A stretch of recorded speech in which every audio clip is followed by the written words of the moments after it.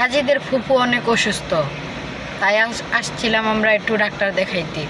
তো ডাক্তার দেখানো শেষ, তো সাজিদের ফুপুকে আবার সাজিদের মানে আমার ননাসের বাড়িতে রাইখা আমরা আবার চলে আসতেছি। তো রাস্তায় এত পরিমাণের জ্যাম, আজকে বলার বাহিরে প্রচুর পরিমাণের জ্যাম।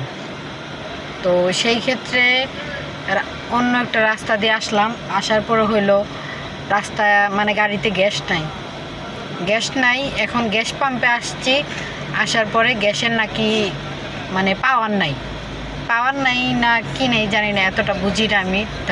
তারপরে বলার চেষ্টা করলাম আর কি। তো মানে আজকে বাহিরে বের হয়েও মানে মহা বিপদে পড়ে গেছে। ওর গাড়িটা তো ওর। তো যাই হোক, এই যে আমার ছোট্ট সোনাটা একটা সিংহ দেখাও তো বাবা, গাড়ি।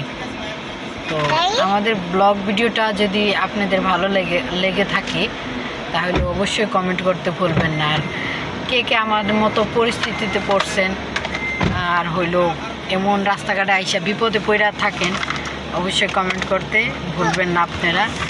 এই যে ড্রাইভার সাহেবের মন আজকে প্রচুর পরিমাণে খারাপ। তো সবাই ভালো থাকবেন, সুস্থ থাকবেন। আর আমাদের ব্লগ ভিডিওটা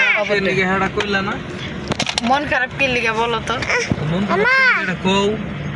মন খারাপ আমি আজকে কেন আসলাম তার সাথে একটু বাহিরে, তার জন্য মন খারাপ।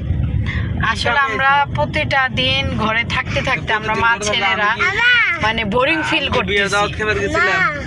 আসলে আমি তো বলি নাই তুমি বিয়ের দাওয়াত খেতে আসছো, তাই না? হ্যাঁ বলো। আচ্ছা যাই হোক, সবাই ভালো থাকবেন, সুস্থ থাকবেন।